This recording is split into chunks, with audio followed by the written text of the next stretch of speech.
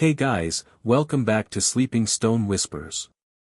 Tonight, we're slipping quietly into the world of ancient Rome, where beauty was an art, and every sunrise began with marble baths, warm oils, and the soft scent of rose water. In this story, you'll wander through candlelit halls, listen to the rhythm of dripping fountains, and discover the gentle rituals Roman women used to keep their skin glowing beneath the Mediterranean sun. So, find a cozy spot, close your eyes, and let this slow journey calm your thoughts. If you enjoy these sleepy history stories, don't forget to like the video, subscribe, and ring the bell, so you never miss a night in the past. The first pale rays of the Roman sun slipped softly through the tall windows of a quiet villa, painting the marble floors with gentle streaks of gold. The air was cool, carrying a faint scent of dew and distant olive groves, and the world seemed to hold its breath, waiting.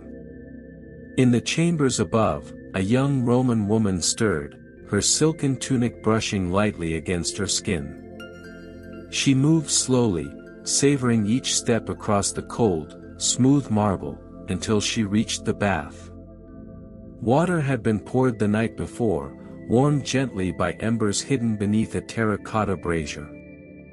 As her fingers touched the surface, the water rippled softly, reflecting the morning light like liquid silver. She inhaled deeply, a quiet mix of lavender oil, honey, and a hint of rosemary, fragrances that promised calm and comfort.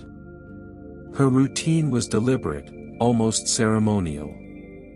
With careful motions, she poured water over her shoulders, feeling the chill fade as the warmth enveloped her. Every drop seemed to whisper secrets of centuries past, the women who had come before her, who had risen before dawn to tend to themselves in the same quiet devotion. Today, as every day, she would honor these rituals, slow, meticulous, and unhurried. She lifted a small bowl of milk, letting it swirl into the bath. The scent softened, creamy and sweet, wrapping the room in a sense of gentle luxury. Hands glided over her skin, tracing circles and lines, as if writing a quiet story of care and patience. Outside, a soft breeze carried the distant chirping of birds, but inside, only the water's whisper and the faint rustle of silk accompanied her. Time seemed to stretch, bending gently around each moment.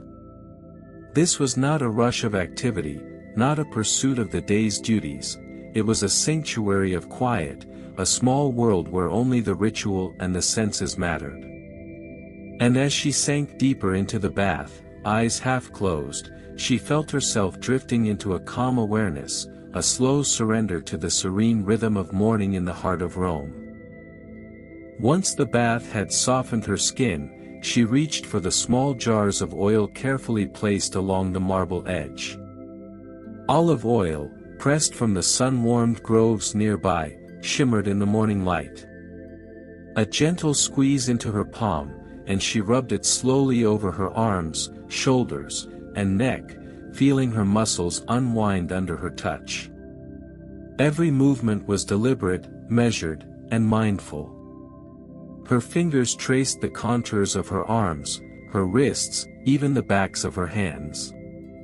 She paused often, inhaling the earthy, subtle aroma of rosemary mingled with honey. These were the scents of home, of comfort, and of a Rome that existed beyond the bustle of the forum or the clatter of the streets.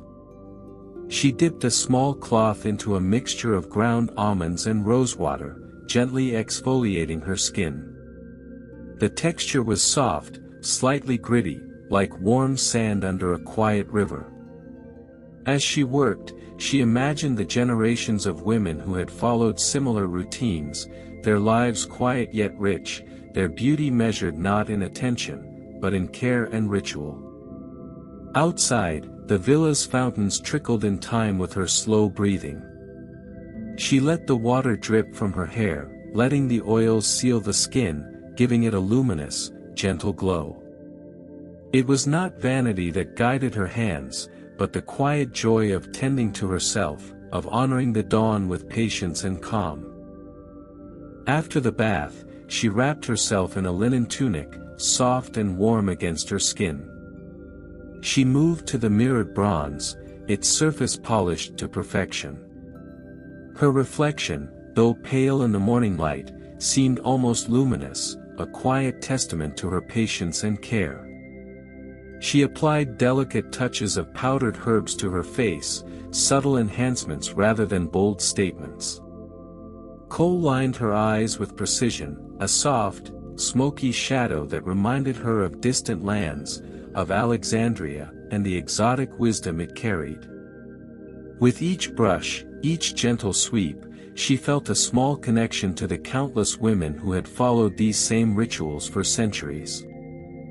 Finally, she combed her hair slowly, weaving oils and perfumes into each strand.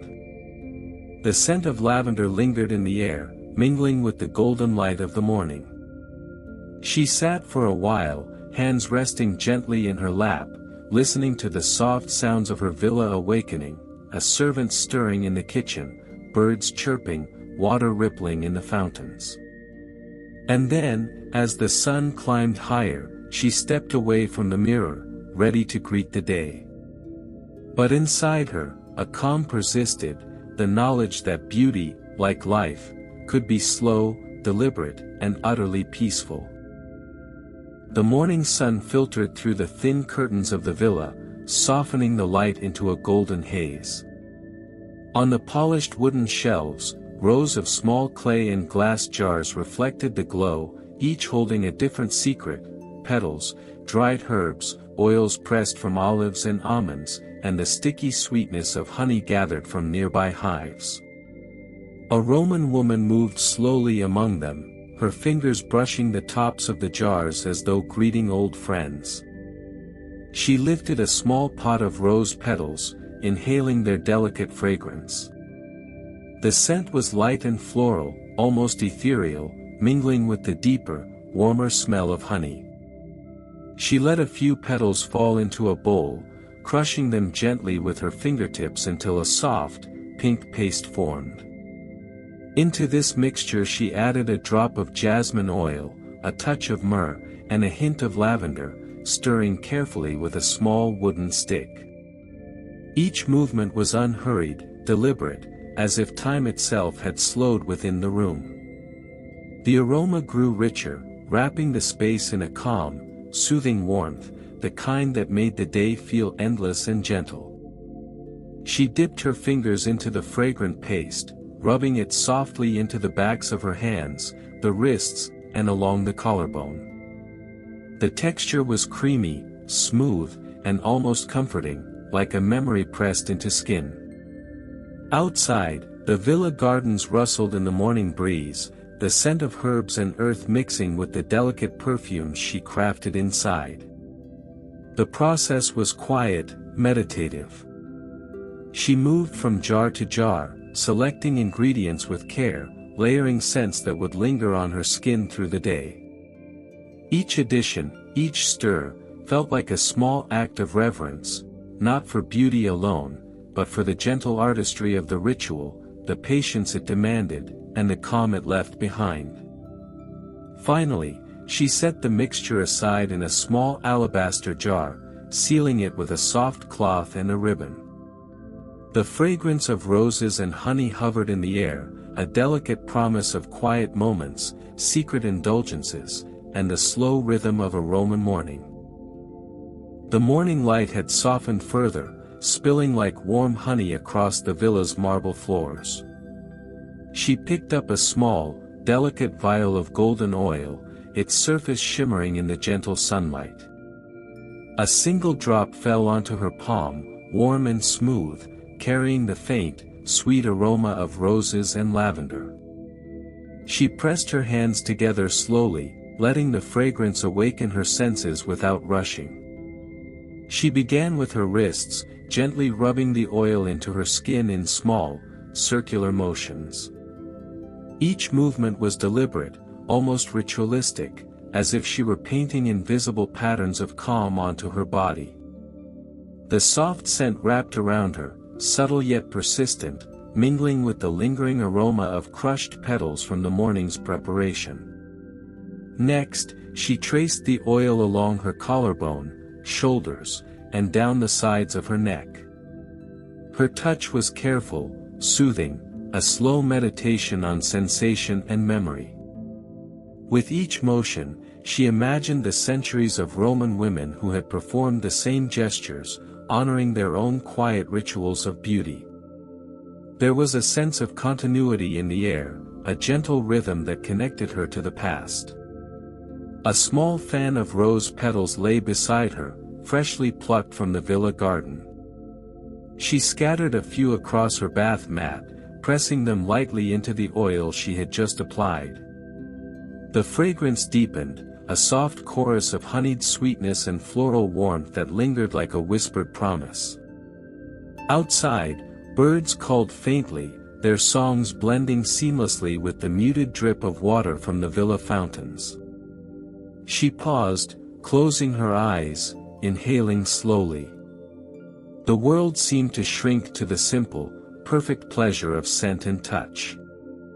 Time no longer rushed forward, it existed only in these deliberate movements, these quiet choices, these moments of soft, fragrant care. And in this calm, fragrant cocoon, she felt a profound serenity, a connection to the simple, meditative beauty that had defined her mornings for generations. By mid-morning, the villa was bathed in a soft, golden glow, and the air carried the subtle mingling of roses, honey, and lavender. She reached for a small, finely carved bottle containing a hair oil infused with chamomile and almond. The fragrance was gentle, almost sleepy, curling through the air like a whisper. With careful fingers, she warmed a few drops in her palms before gliding them through her dark tresses. The motion was slow, deliberate, each strand smoothed and nourished, each movement a meditation. As the scent settled into her hair, she leaned slightly over the marble basin, letting the delicate aroma mingle with the lingering fragrance of the rose paste on her skin.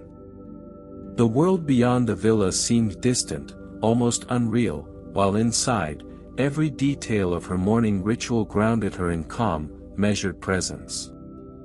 Next, she added a tiny dab of perfume behind her ears, along her temples, and at the nape of her neck. These hidden touches were secret luxuries, known only to her, yet they filled the space with a gentle, enveloping warmth. She inhaled slowly, savoring the layers, the earthy bass notes of myrrh, the soft floral top notes of rose and jasmine, and the subtle sweetness of honey. Each layer deepened her calm, connecting body, mind, and the serene rhythms of a Roman morning. Finally, she paused in the center of the chamber, eyes closed, hands resting lightly on the smooth marble of the basin. The perfumes, oils, and petals seemed to dance lightly in the air around her, like soft echoes of centuries past. She thought of the countless women who had risen before dawn, attending to themselves with the same care, the same quiet devotion, and she felt a gentle kinship with them. Time seemed to bend, stretching into infinite calm. In this moment, beauty was not a spectacle or a statement. It was ritual, presence, and serenity, a slow, deliberate harmony of touch, scent, and memory. And as she finally stepped away from the chamber, ready to greet the day, a profound peace lingered with her, like the faintest trace of a rose drifting on the morning breeze. The morning sun had climbed higher, spilling through tall windows and reflecting off the polished bronze mirror in the quiet chamber. The surface gleamed, smooth and cool, like liquid metal captured in a frame. She approached it slowly, her soft footsteps echoing faintly on the marble floor, and gazed at her reflection. Her face, framed by dark hair still faintly scented with rose and almond oil, looked calm and luminous in the light. Before her lay an assortment of powders, small pouches of ground minerals, and finely crushed herbs. White lead powder, used with care, shimmered softly in the morning glow, mixed with touches of ochre and rose clay to give subtle warmth to the cheeks. She dipped her fingers lightly into the powders, feeling the silky texture against her skin. It was not hurried or careless, each movement deliberate, a gentle meditation in motion. The powders seemed to float on her fingertips, almost weightless, carrying with them the faint scent of rose and dried herbs. She applied them slowly, smoothing them over her cheeks and forehead, observing her reflection with quiet attention. The act was more than vanity, it was ritual. She studied the mirror as if it held centuries of wisdom, imagining the countless Roman women who had prepared themselves in this same reflective practice. Each brush of powder was a connection to them, a whisper of continuity and calm that spanned generations. Once her skin was softly adorned, she took a small vial of kohl, its dark, powdered depths gleaming in the sunlight. With slow, precise movements, she traced the outline of her eyes, blending the lines with a delicate hand. The contrast of dark and pale, soft and sharp, seemed to create a gentle harmony, a quiet balance between presence and subtlety. She lingered for a moment longer, eyes half closed, inhaling the mingled scents of rose, honey, and herbs that clung softly to her skin. Outside, the garden stirred in the morning breeze, but inside, time had slowed to a serene rhythm, one of reflection, ritual, and the quiet artistry of beauty. In this small chamber, with mirror and powder, she felt both anchored in the present and connected to a long, unbroken chain of delicate, careful women who had honored themselves in the same gentle way. The villa was quiet, filled only with the soft rustle of fabric and the faint fragrance of the morning. She reached for her tunic, a delicate linen dyed a pale rose, smooth and cool against her fingertips. Folding it carefully, she let it glide over her shoulders, feeling the fabric settle gently across her body. Each movement was slow and intentional, a meditation in itself, a way of honoring the day's first moments. Next came the stola, layered and soft, draping gracefully from her shoulders to the floor. She adjusted it with careful hands, smoothing each fold, letting the fabric fall naturally where it would. The gentle motion was almost hypnotic, a rhythm that connected her movements to the quiet heartbeat of the villa. Outside, birds chirped faintly, their soft calls blending seamlessly with the subtle rustle of silk. On the dressing table lay small, polished boxes of jewelry, delicate gold chains, tiny earrings, and bracelets etched with intricate designs. She selected a simple necklace, letting it slide slowly over her head. The gold caught the morning light, reflecting it in a soft, warm shimmer.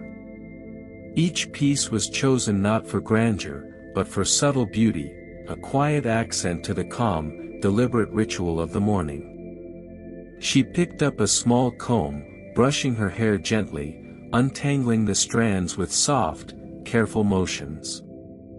A few drops of scented oil, infused with chamomile and rose, glided through her hair, leaving behind a faint, comforting fragrance.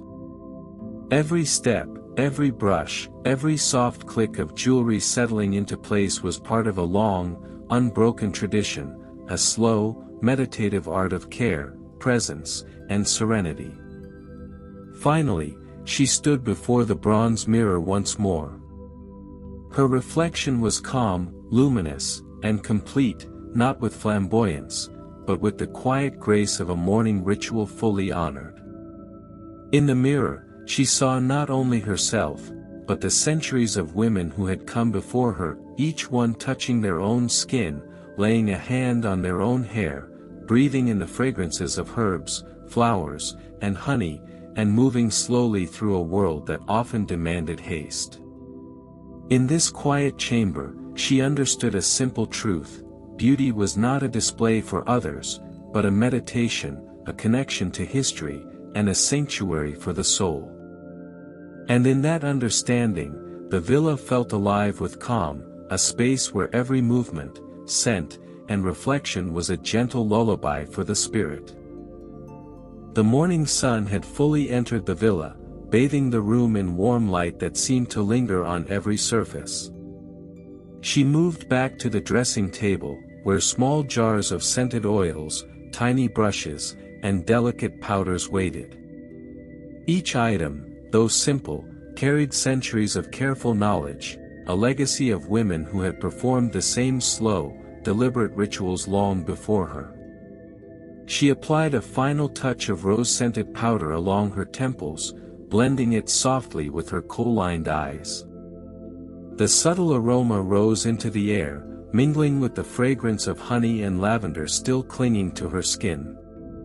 She inhaled slowly, letting the scents ground her in the present while connecting her to the quiet lineage of Roman women who had cared for themselves in this exact manner. Next, she dabbed a few drops of a golden hair oil along the ends of her tresses, smoothing them gently with her fingertips.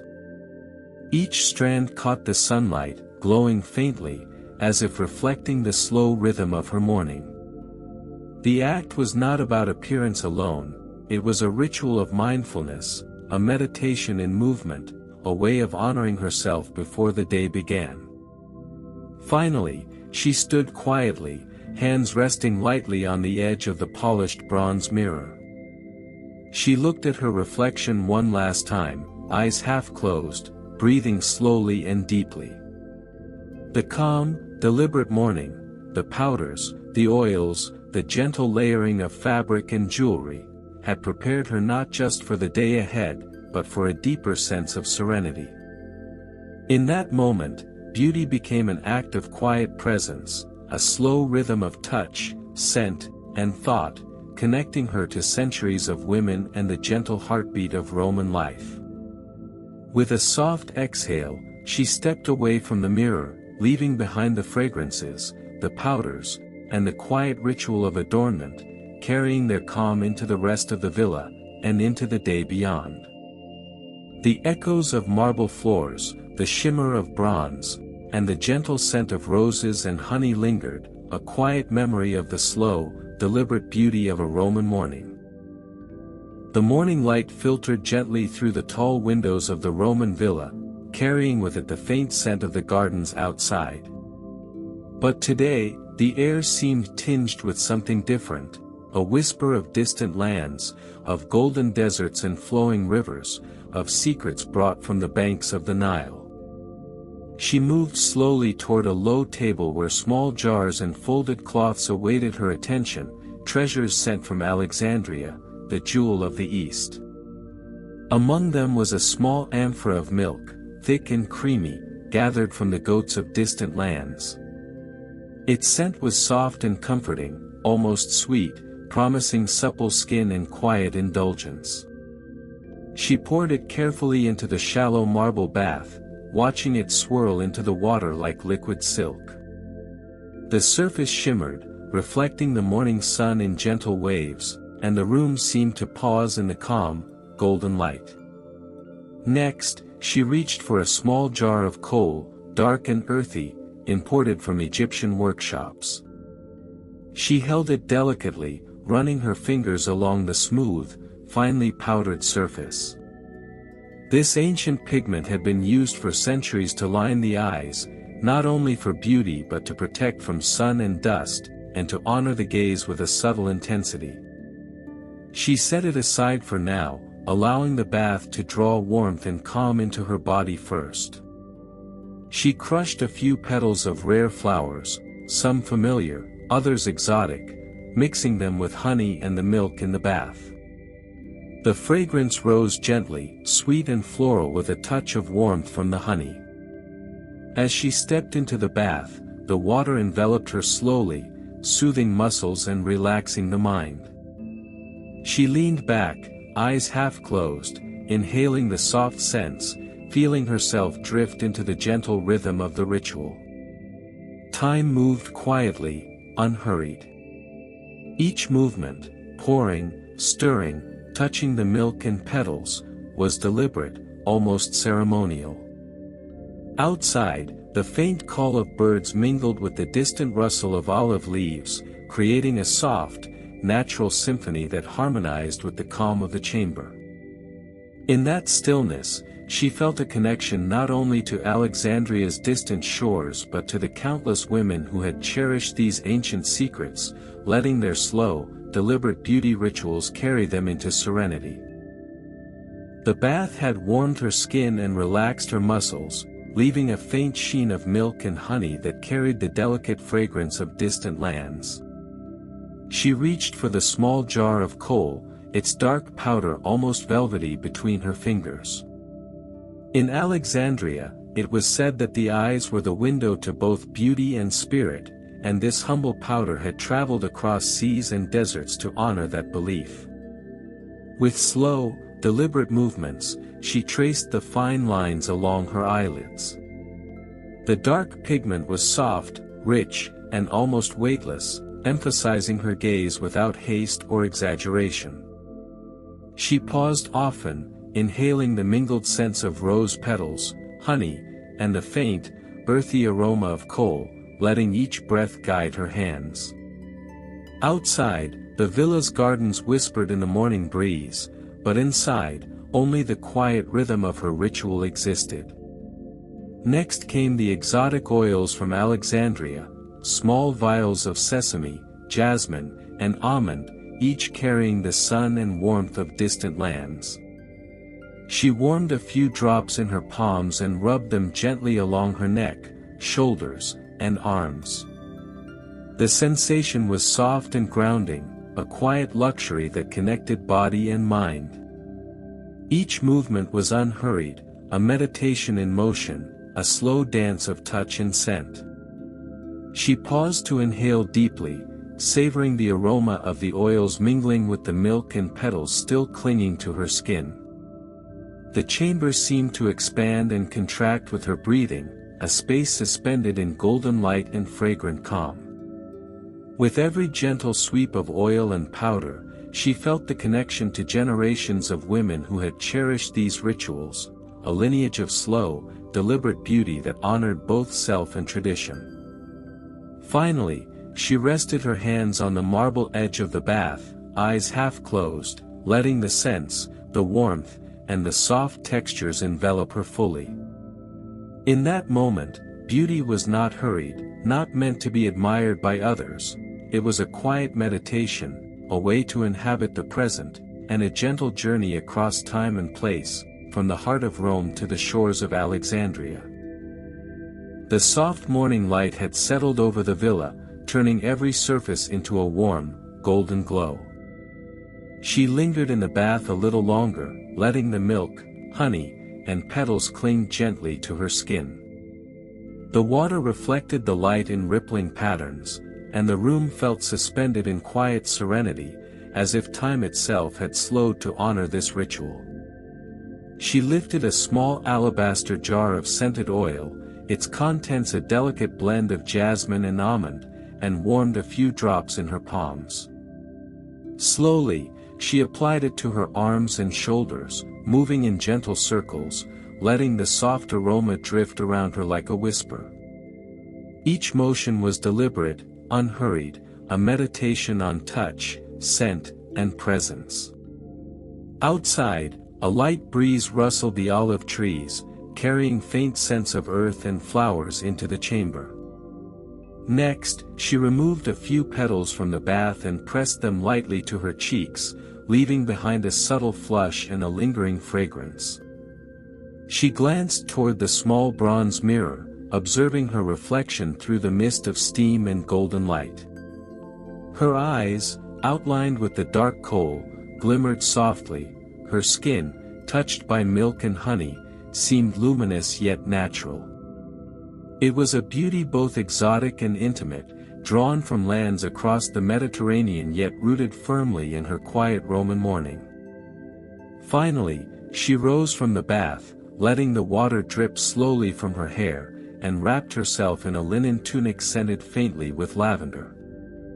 She paused for a moment, hands resting lightly on the marble edge, inhaling the layered fragrances of roses, honey, and exotic oils.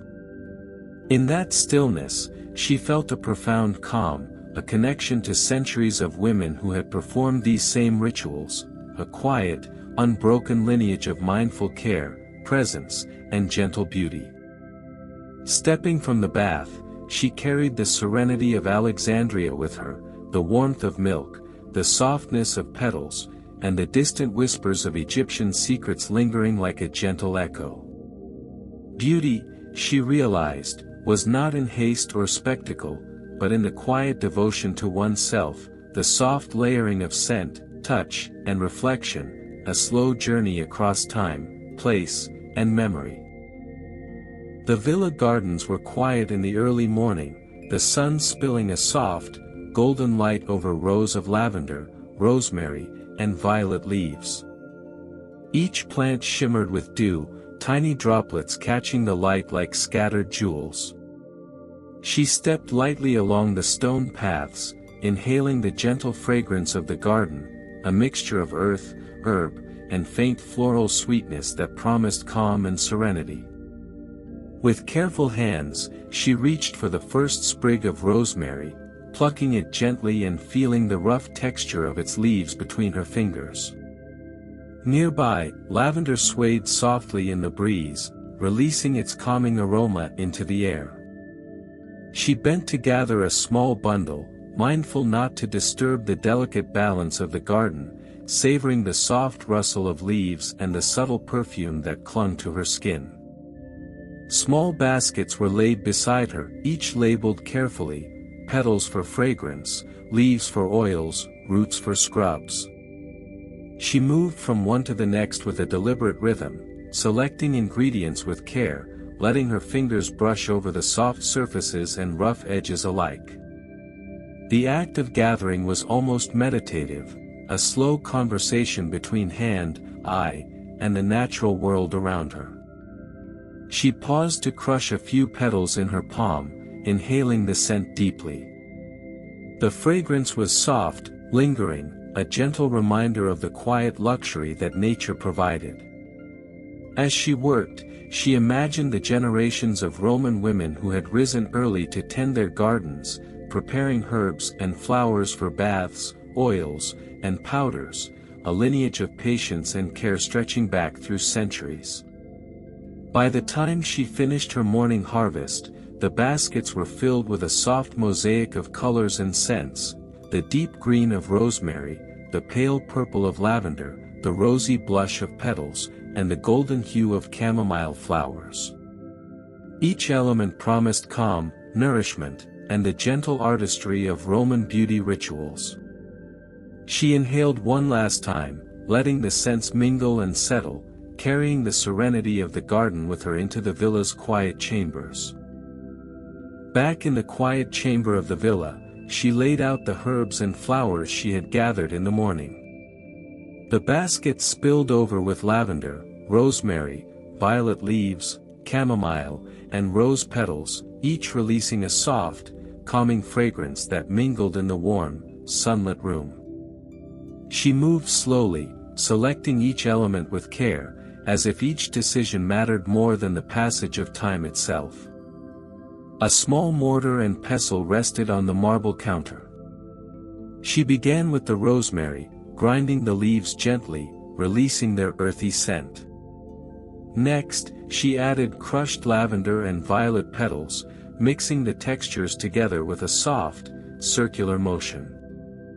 The fragrance grew richer, layered, and soothing, filling the air with the quiet, natural perfume of the garden. Nearby, small vials of olive and almond oils waited. She poured a few drops into a bowl, warming the liquid with her hands, before blending in a handful of crushed petals and herbs. The resulting mixture was soft and fragrant, a gentle luxury meant to nourish the skin and calm the mind. She moved deliberately, each stir and fold of the oils echoing the slow, rhythmic motions of the garden itself. For a scrub, she combined finely ground herbs with a pinch of honey, mixing until it reached a creamy, pliable texture. She tested it lightly on the back of her hand, inhaling deeply as the fragrances unfolded, sweet, floral, earthy, and soft. Each scent carried a memory of morning dew, sunlight, and the quiet rustle of leaves. Finally, she set aside small portions of each preparation, storing them in alabaster jars and wrapping them in linen cloths. The room, once quiet, now held a delicate harmony of aromas, a gentle reminder of the garden's morning calm, captured and preserved. She inhaled once more, letting the scent sink into her skin and her senses, grounding her in the slow, deliberate beauty of Roman life. The soft sunlight filtered through the villa's windows, touching every surface with warm gold. She returned to the small marble basin, where the oils, scrubs, and herbal infusions she had prepared waited quietly. Picking up a small bowl of rosemary and lavender oil, she warmed it gently in her palms and began to rub it over her arms and shoulders. The texture was silky, the fragrance subtle yet enveloping, carrying the calm of the garden into her very skin. Next, she took the honey and herb scrub, pressing it lightly into her fingertips before massaging it over her cheeks and neck. The texture was soft, almost creamy, with a gentle, natural grit that reminded her of morning dew on leaves. Each movement was slow, deliberate, and meditative, a quiet celebration of touch, scent, and the sensory rhythm of care. As she worked, the aromas of lavender, rose, chamomile, and rosemary blended into a soothing harmony. She inhaled deeply, letting the fragrances wrap around her like a gentle embrace.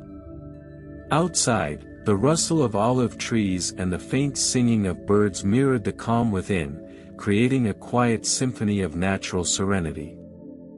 Finally, she rinsed her hands and face with warm water, letting the last traces of herbs and oils wash softly away. She lingered in the marble chamber, eyes half closed, savoring the lingering scent and the calm it had brought. In this moment, beauty was not a task or a performance, it was a ritual, a dialogue with nature, and a meditation on presence and care. Rising slowly, she placed the jars and brushes carefully back on the shelf, leaving the room infused with the quiet luxury of her morning's work. She stepped toward the window, looking out over the villa gardens, feeling a deep connection to the slow rhythms of the earth, the lineage of women who had come before, and the serene artistry of tending to oneself with care and patience.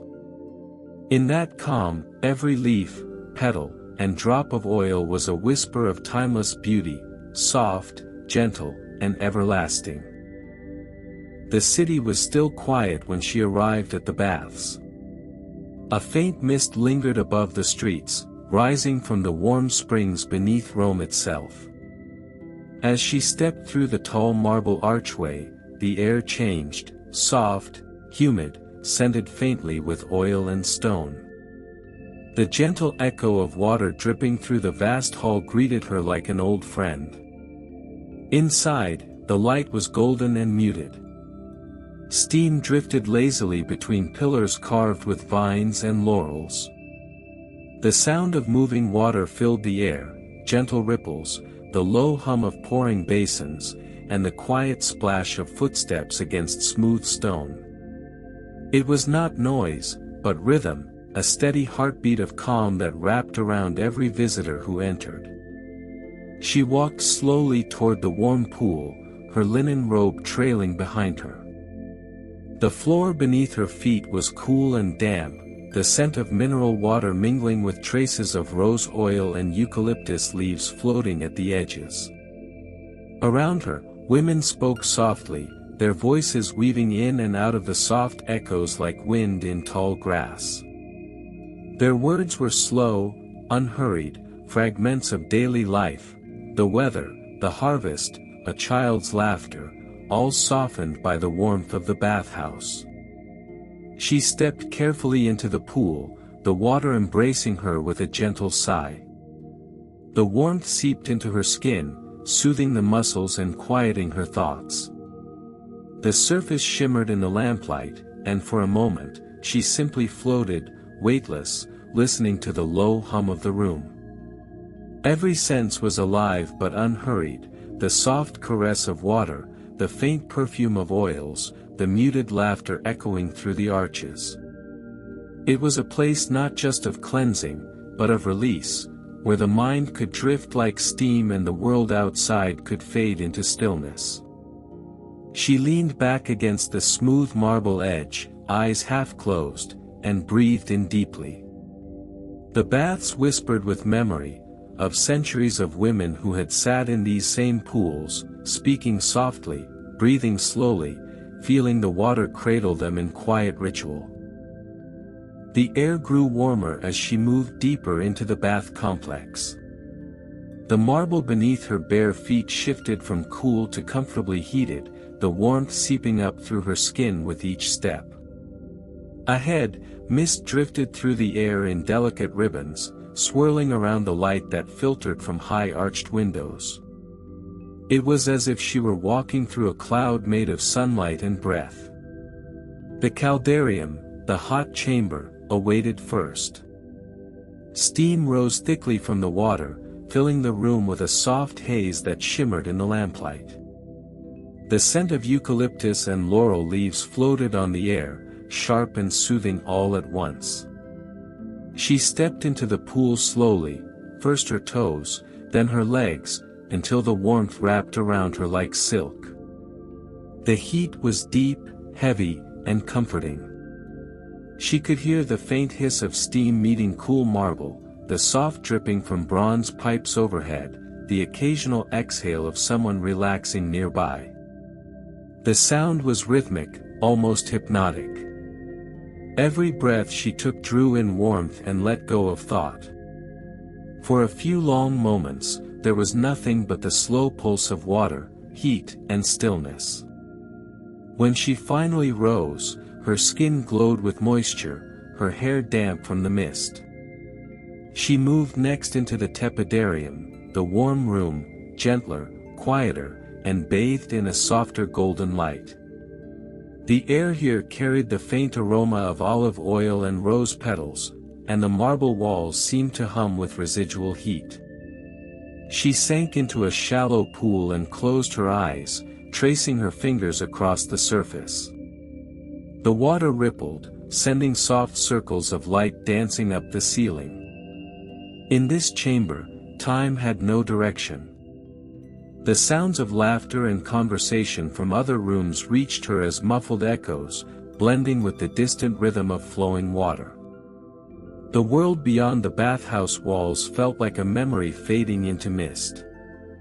And then, when the warmth had reached its quiet limit, she stepped into the frigidarium, the cool chamber. The air here was crisp, refreshing, like a morning breeze after rain. The pool gleamed clear and still, reflecting her image in silver light.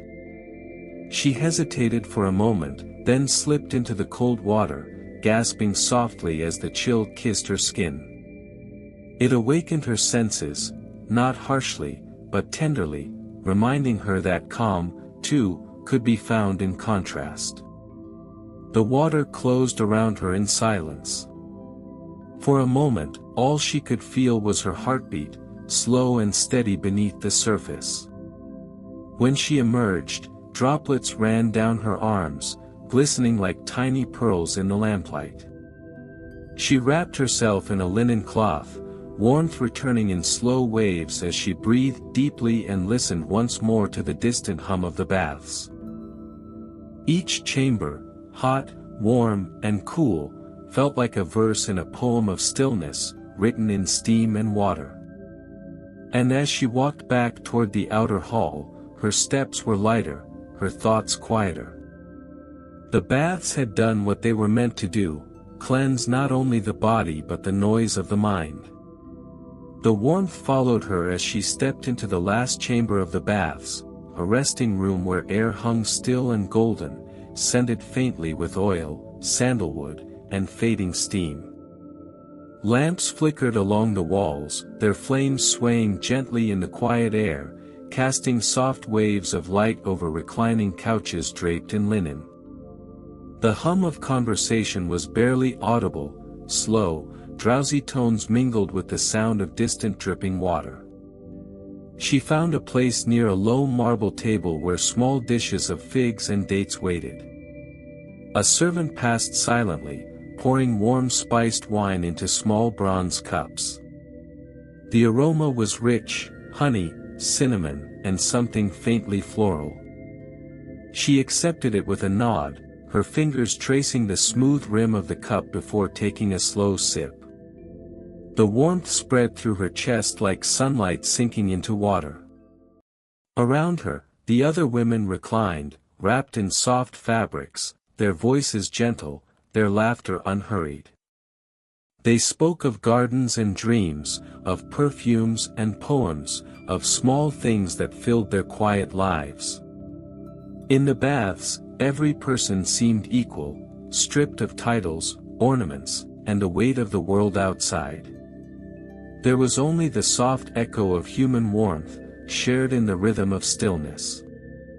A servant moved through the room carrying a bronze bowl filled with fragrant smoke.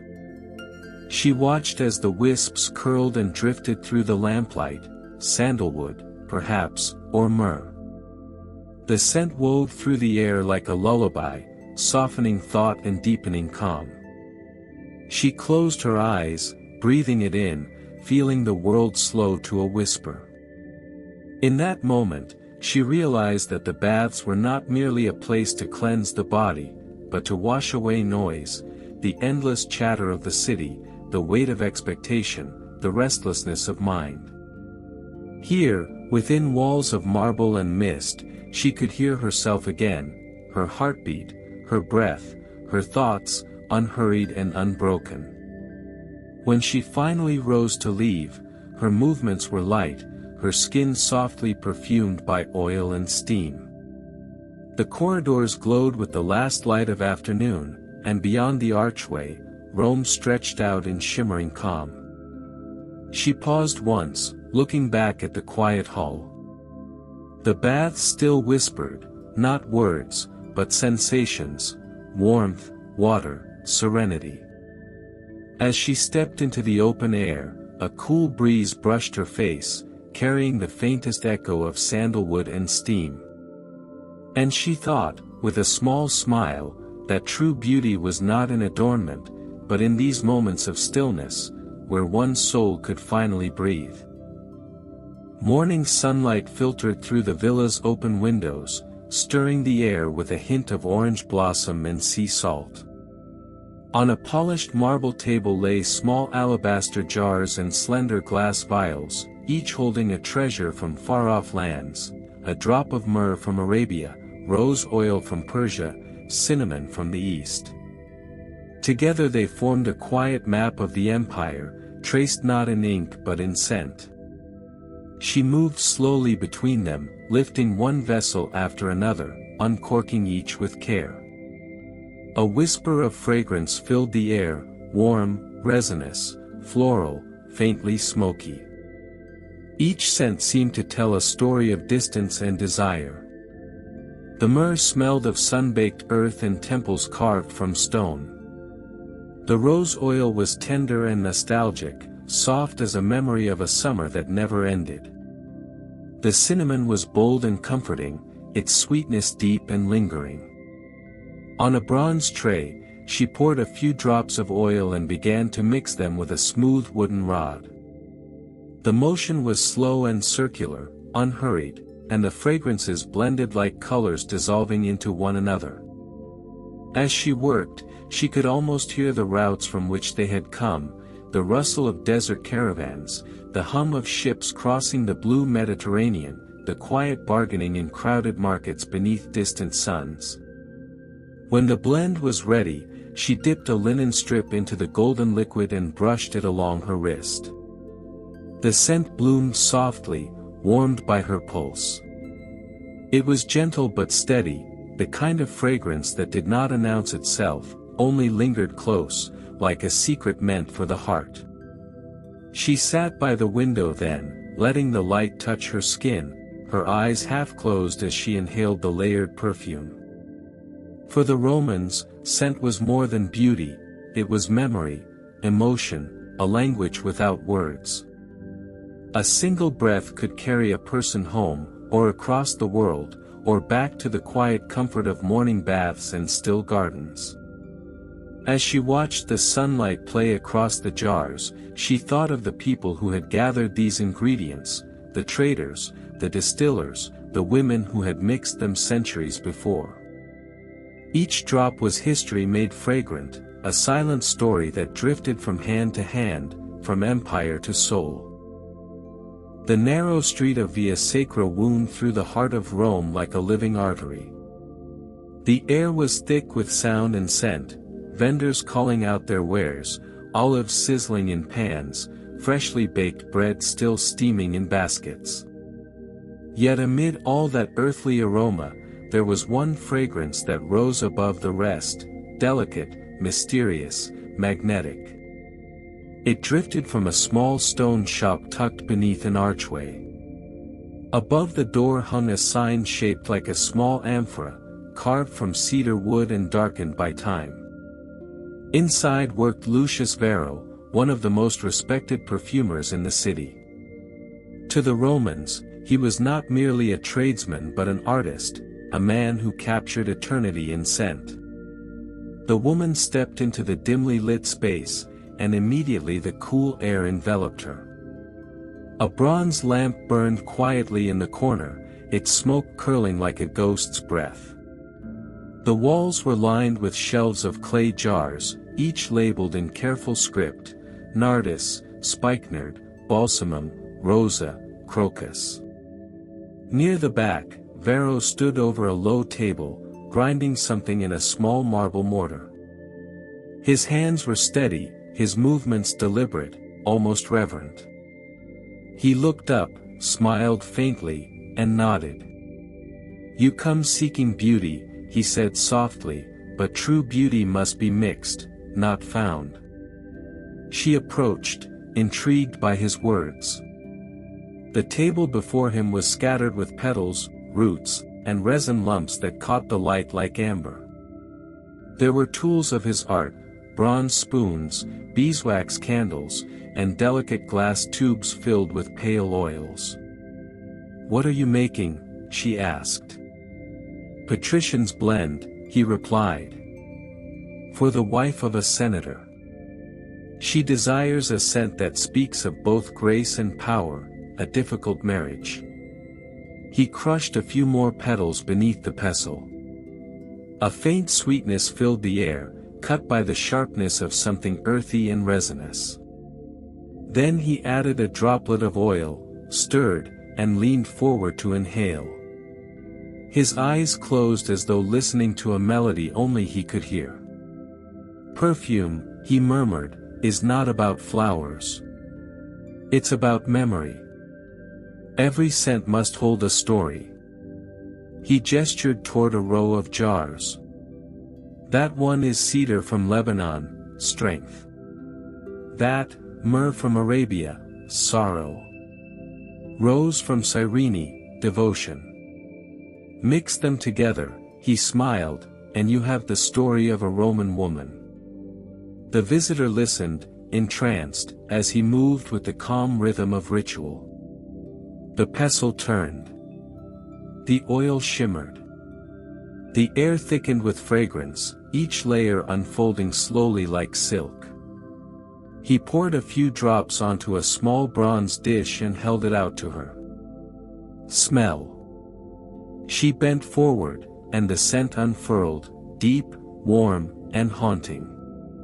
It reminded her of sunlight on stone, the echo of laughter in marble halls, and something softer, a promise half forgotten. Her eyes lifted. "It smells alive." Varro nodded. "Because it is. Every perfume breathes. The oils remember the trees they came from, the hands that gathered them, the lands they crossed. When you wear it, you carry their ghosts." He sealed the mixture in a thin glass vial and pressed it into her hand. "Keep it," he said quietly. "But remember, scent fades, stories remain." Outside, the noise of Rome returned, clattering wheels, shouting merchants, laughter echoing down stone walls.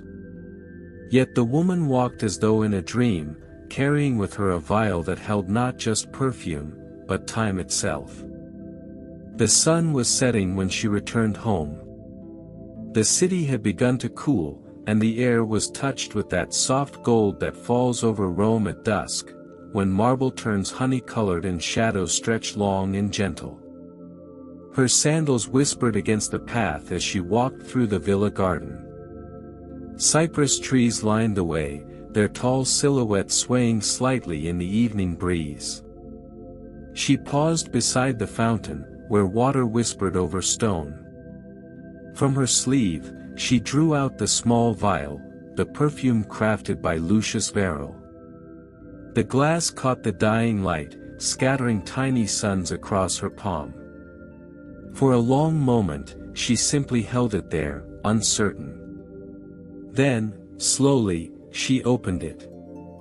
The scent rose up, delicate but deep, warm cedar, dry myrrh, and the faintest sigh of rose. It was not the sweetness of a flower, but the quiet breath of something ancient and alive. The air around her seemed to change, softening, remembering. She closed her eyes. At first, she felt only calm. Then, a flicker. A memory.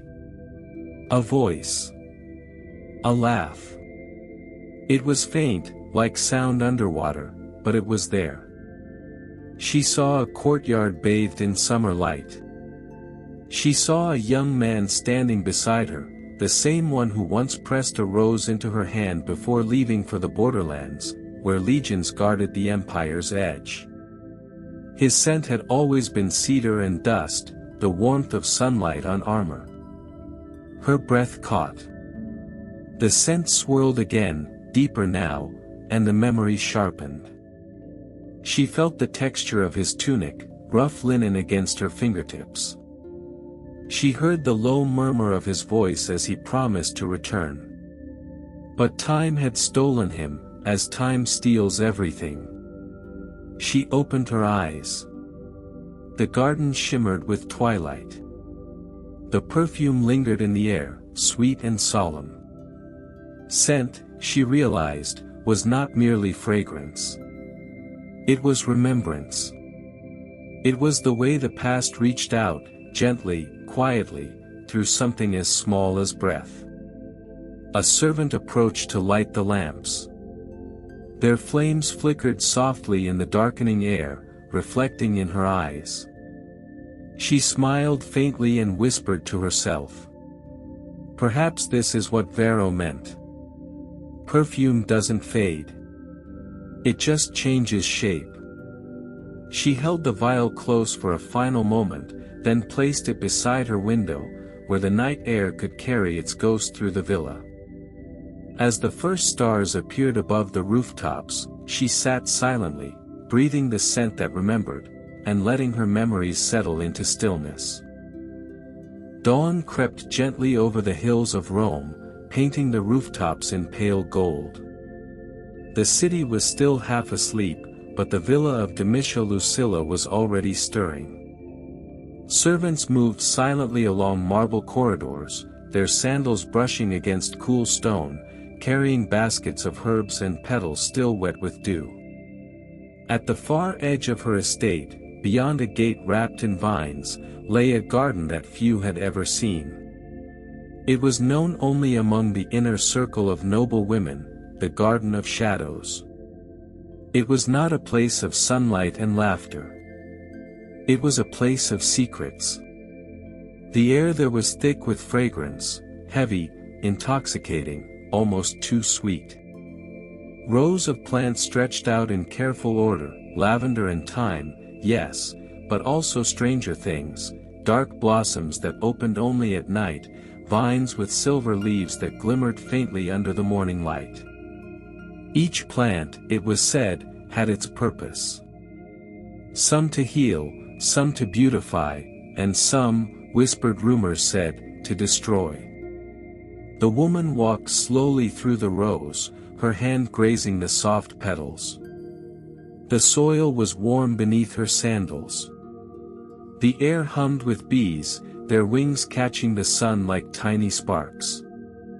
Demisha, the mistress of the villa, stood at the far end near a marble basin filled with pale water.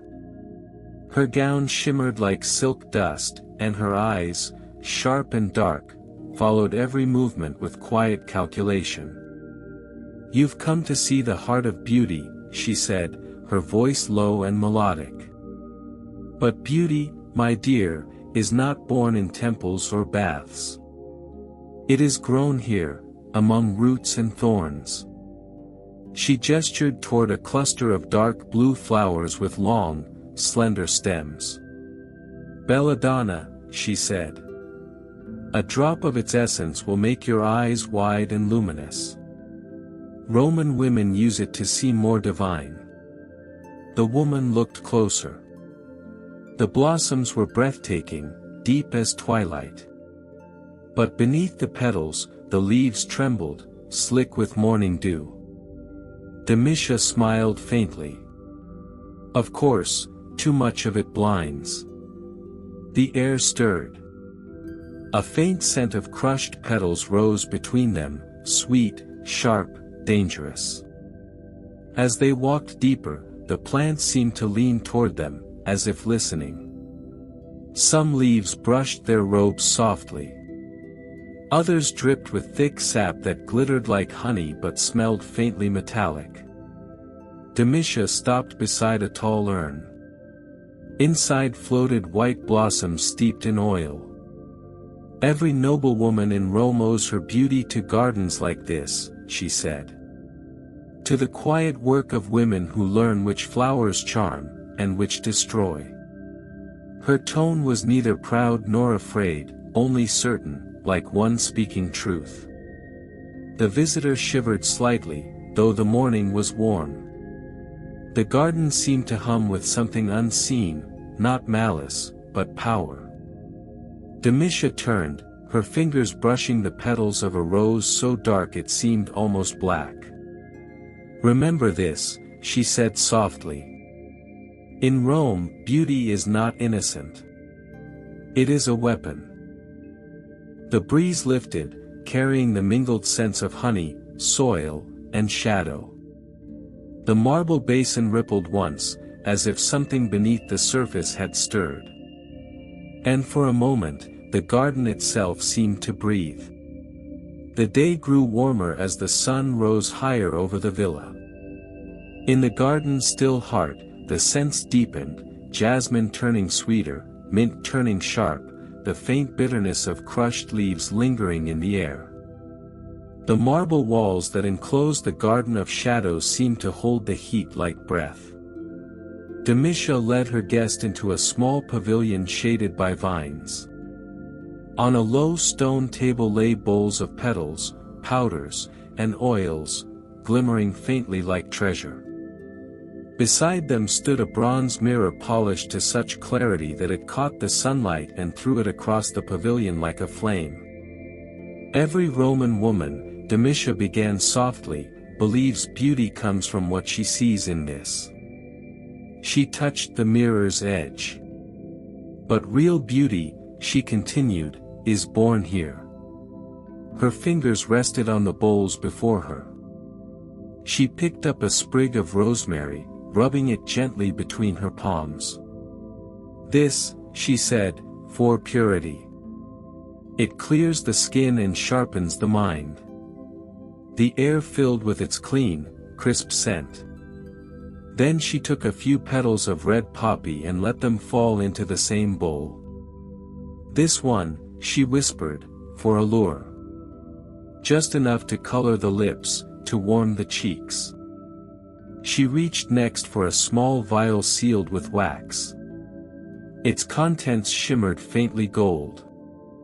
"And this," she said, almost reverently, is the essence of belladonna. We use it in the eyes, one drop only. It widens the pupils, softens the gaze. The woman leaned closer, her voice quiet. And if there is more than one drop? Demisha's eyes lifted slowly to meet hers. Then the world fades before you do. A silence fell between them, broken only by the hum of bees and the faint ripple of the garden's fountain. Beauty, Demisha said at last, was never meant to be safe. It is a kind of power. Men march to war for it. Kings surrender their crowns. And women, she paused, women learn to master it. She poured a few drops of oil into a bronze cup, stirring slowly with a glass rod. The surface gleamed like liquid sunlight. We pass these secrets from mother to daughter, from servant to mistress, not for vanity, but survival. In Rome, even a woman's silence must be beautiful. Her guest touched one of the petals floating in the oil. It felt delicate, trembling, almost alive. And this? She asked softly. Demisha smiled faintly. That, she said, is the price of beauty, a flower that blooms brighter because it knows it will not last. Outside, a dove cooed from the edge of the wall. The garden shimmered in the heat, and for a heartbeat, everything seemed suspended, scent, sound, and sunlight held together in fragile harmony. Then Demisha spoke again, her voice softer now. Remember, the line between a potion and a poison is as thin as a woman's tear. In this garden, you must never forget which is which. The woman looked around, at the blossoms, the oils, the shimmering bowls, and suddenly she understood, every fragrance, every elixir carried both grace and danger. The same flower that adorned a bride's hair might one day rest on her grave. The air grew still. A single petal floated down into the bronze cup and dissolved like smoke. Night fell slowly over the villa, like silk being drawn across the sky. The hum of the city faded into a distant murmur, replaced by the softer sounds of the countryside, the chirp of crickets, the rustle of wind through cypress leaves. The moon rose pale and round, bathing the garden of shadows in silver light. One by one, lamps were lit along the paths. Their flames flickered behind thin alabaster shades, glowing like captive stars. The air was thick with perfume, jasmine blooming in the dark, warmed by the faint breath of summer. In the center of the garden, the women gathered. Demisha stood before them, her gown a deep shade of wine that shimmered in the lamplight. Around her, servants carried bowls of rose water, honey, and crushed herbs. The scent was almost intoxicating, sweet, heavy, full of promise. The woman, who had visited this place in daylight, now felt its true nature reveal itself. By day, it had seemed like a secret, by night, it felt like a spell. Demisha raised her hand, and the garden fell silent. Beauty, she said softly, is not made in mirrors or marble halls. It is born here, in darkness, in patience, in the touch of hands that know what fades and what endures.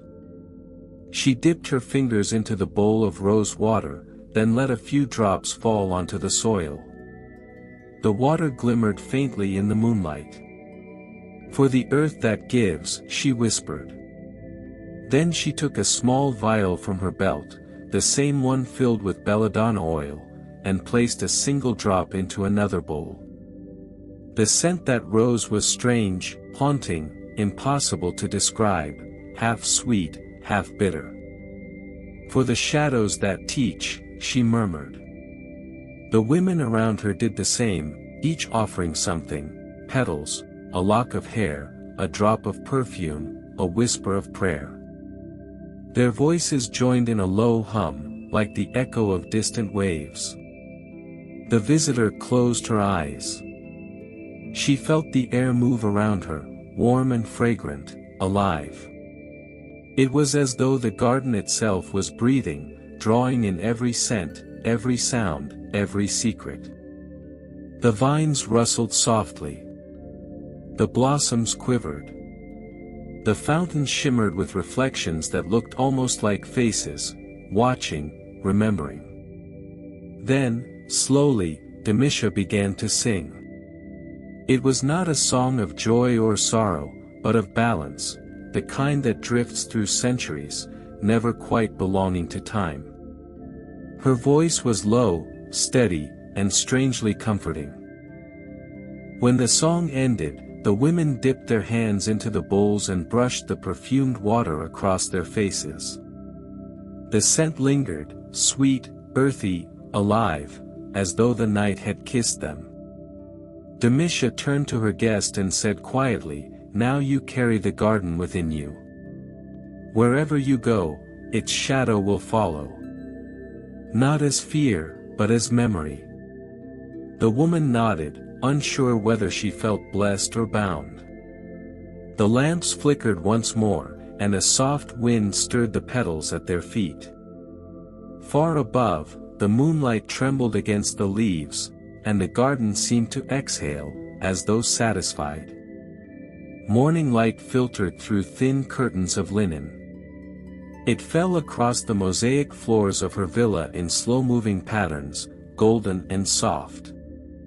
The woman sat before a table of polished bronze mirrors, each reflecting a slightly different face, hers, and yet not hers. Some caught her eyes in sharp clarity, others in blurred shimmer, like visions through water. Each mirror told a different truth. In one, her face looked young and sure. In another, weary and lined. The imperfections of the metal changed her reflection, reshaping her into countless versions, all of them real, none of them whole. Outside, the faint sound of traders drifted up from the street, the jingle of coins, the murmur of voices bargaining over silk and spices. Inside, the air smelled faintly of rose oil and the ash of the small charcoal brazier glowing near her feet. She reached out, tracing the cool edge of a mirror. Its bronze surface shimmered like still water before rain. For centuries, Roman women had stared into metal like this, searching for beauty, truth, or both, and perhaps finding neither. A soft knock came at the door. "Enter," she said. An old craftsman shuffled in, carrying a bundle wrapped in cloth. His hands were rough, darkened by soot and polish. He bowed slightly. "Lady, I bring what you requested, a mirror born of fire." He unwrapped it carefully. The surface gleamed not bronze, but silvered glass, rare, expensive, almost otherworldly. It reflected light in a way that made the room seem larger, deeper. She looked into it and caught her breath. For the first time, she saw her face not distorted by bronze, not softened by reflection, but sharply alive, every line, every shadow, every flicker of emotion. "Strange," she murmured. "It shows more, and less." The craftsman nodded. "That is the nature of glass, my lady. It gives you the world as it is, not as you wish to see it." He stepped back toward the doorway. "But remember," he added, "even the truest mirror only shows the surface. What lies beneath is never its concern." When he left, silence settled once again. She sat before the mirror, staring not at her face but at her eyes, wondering which version of herself the world truly saw. Behind her, the brazier hissed softly, a thread of smoke curling upward. In its gray swirl, she caught another image, fleeting, transparent, familiar. It was the echo of the woman she once was, smiling faintly, fading like breath against glass. She leaned closer. The reflection seemed to shimmer, not in fear, but in recognition. Outside, the bells of a nearby temple rang in the distance. She blinked once, and the smoke cleared. Only her own calm gaze remained. The street outside was quiet, the midday sun soft against the stone walls of the artisan quarter. The air smelled faintly of dust, oil, and crushed minerals.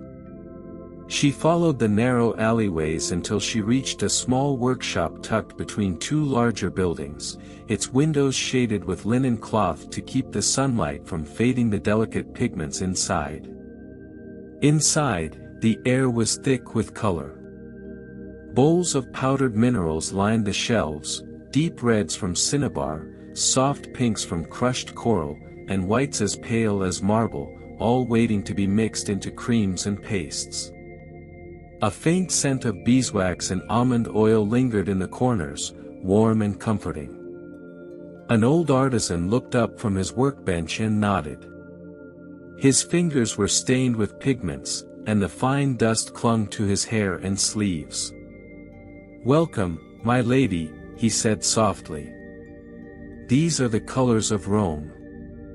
They speak without words." She moved closer, running her fingers over the powders, smooth, gritty, and fragrant. Each one had a story. The coral came from the coasts of Africa, traded through markets and caravans, the cinnabar from distant mountains, rare and precious, with a smell faintly metallic, the white chalk, mined from the hills, dry and earthy under her fingers.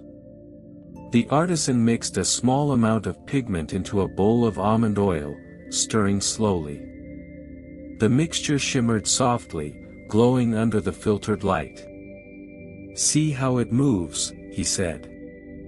"It is not merely color. It is illusion.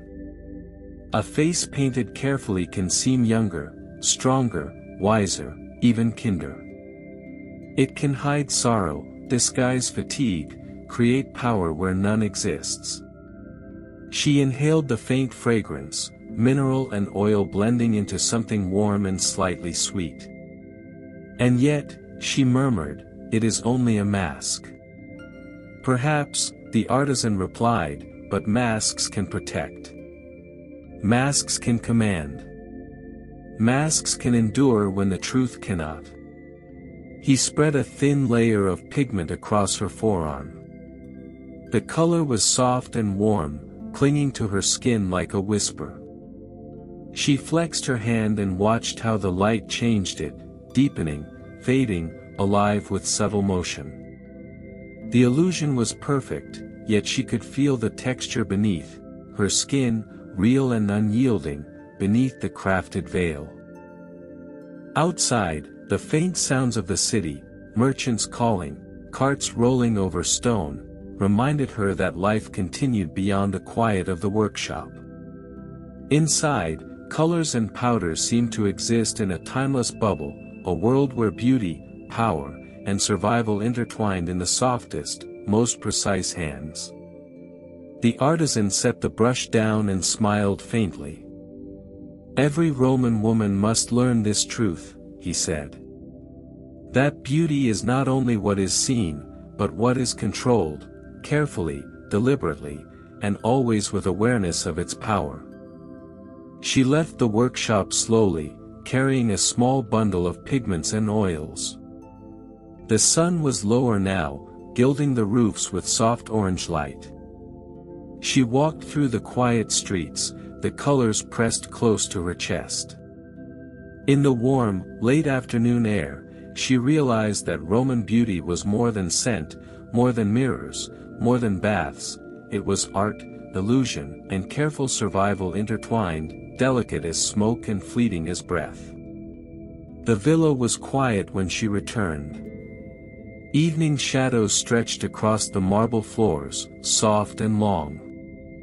She placed the bundle of pigments and oils on her table and unwrapped the small mirror from its cloth. The air smelled faintly of rose water from the baths earlier, mingling with the subtle mineral scent of the powders. She dipped a soft brush into the pale pink pigment, letting it cling to the bristles. Slowly, almost ritualistically, she traced it along her cheeks, feeling the texture as it met her skin. The color was delicate, warm, and alive, yet beneath it, she felt her own pulse, steady and real. Next, she experimented with a smear of dark cinnabar near her eyes. The pigment glimmered under the lamp's flicker, deepening the shadows and making her gaze sharper, more commanding. She leaned closer to the silvered mirror and watched herself change, young and bold, tender and mysterious, all at once. The reflection shifted as the candlelight danced, and she realized the illusion was not static. It moved with her, breathed with her, became part of her. She inhaled slowly, letting the combined scent of rose, almond, and mineral fill her senses. The air was thick with calm, warm and comforting, and she noticed something subtle. The pigments and oils did not mask her, but conversed with her reflection. Each stroke, each shadow, each shimmer of light added a story, a nuance, a quiet power that was uniquely hers. For hours, she worked in silence. The city outside grew darker, the distant sounds softened to faint echoes. The mirror reflected more than her face, it reflected intention, care, and presence. With every layer of pigment, she felt the centuries of Roman women who had done the same, refining, enhancing, and commanding their own quiet influence. Finally, she set down the brush and leaned back. The mirror glimmered faintly, capturing candlelight and shadow, pigment and skin, history and present. She touched the surface softly, as if acknowledging the conversation it had held with her through the evening. In that moment, she understood something profound: beauty in Rome was never merely seen. It was orchestrated, crafted, and felt, an alchemy of reflection and illusion, of scent, color, and light. And when wielded with care, it was both armor and art, gentle and powerful, fleeting and eternal all at once. The candle flickered low, and she closed her eyes. The room, the mirror, the pigments, and her own steady breath merged into a single, quiet rhythm. Outside, the night carried the faint echo of the city, but within the villa, there was only calm, and the soft, lingering knowledge that she had touched something timeless. The villa was hushed under the early evening sky. The sun had slipped behind distant hills, leaving the marble floors bathed in gentle amber light. Shadows lengthened across the rooms, curling along walls and columns, softening the edges of everything. The air smelled faintly of sandalwood and rose oil, mingling with the lingering aroma of herbs from the garden. She moved slowly to her private chamber, where the final preparations for her evening ritual awaited. Bronze bowls, alabaster jars, and delicate brushes lay neatly arranged. Each held a fragment of what she had learned: powders and pigments, oils and essences, mirrors that reflected more than mere faces. Tonight, all of it would come together, a quiet celebration of centuries of Roman beauty secrets. She began as always with the baths, letting the warm water embrace her like an old friend. Steam rose around her, carrying faint scents of jasmine and myrrh.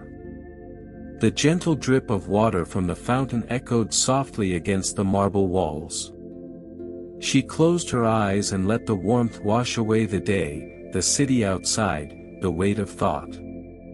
When she emerged, her skin still warm and glistening, she approached her table. Slowly, deliberately, she mixed rose oil with crushed petals of jasmine. A small drop of belladonna rested in a separate bowl, untouched for now, a reminder of beauty's quiet danger, a secret held with respect. She dipped her brush into the soft pink mixture and began to trace it across her cheeks.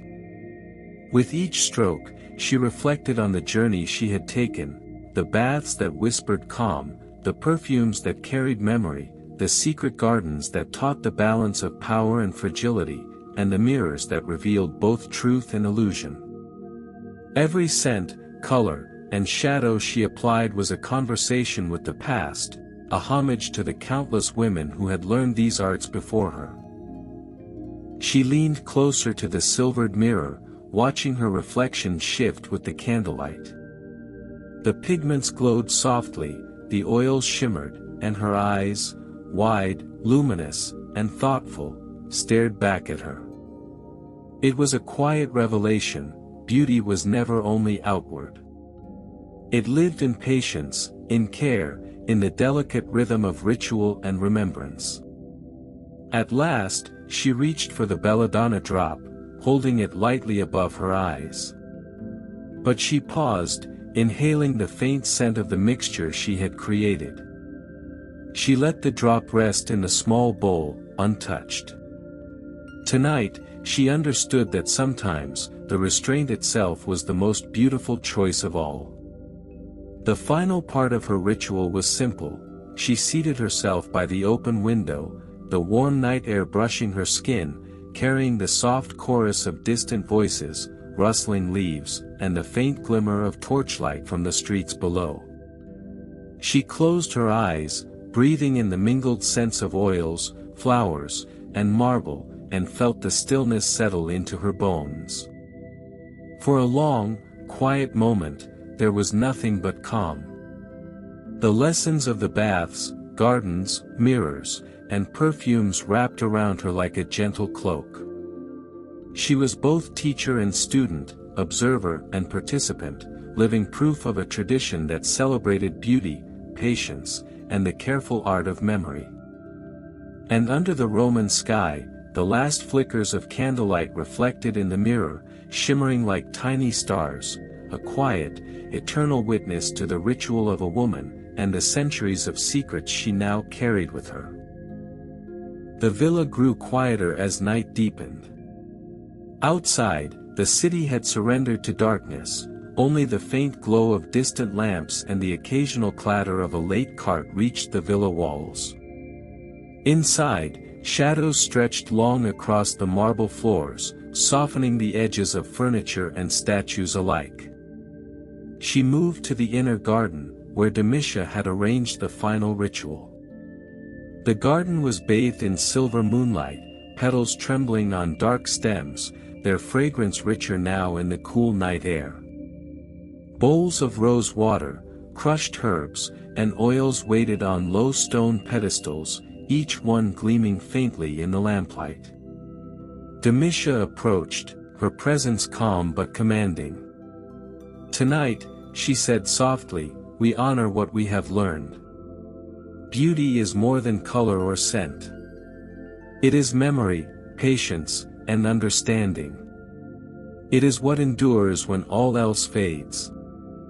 The woman followed her instructions carefully. She dipped her fingers into the rose-scented oil and traced gentle patterns across her face.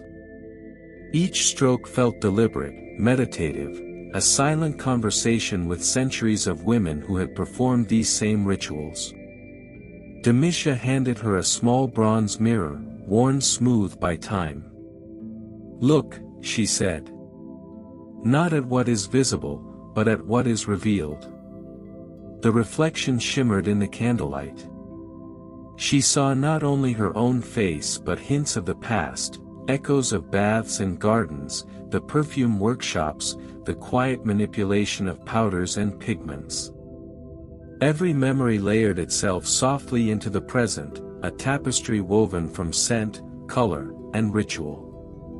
She paused, inhaling the mingled aromas of rose, myrrh, and cedar. The air seemed to hum with quiet energy, a gentle pulse beneath her skin. She realized that this ritual was not only about appearance, it was about presence, about claiming her place in a long lineage of women who had mastered subtle power through care, patience, and quiet reflection. The night deepened, and the women moved in harmony through the garden, touching petals, stirring oils, whispering blessings to one another. It was a gentle choreography, a celebration of beauty's complexity and its delicate responsibility.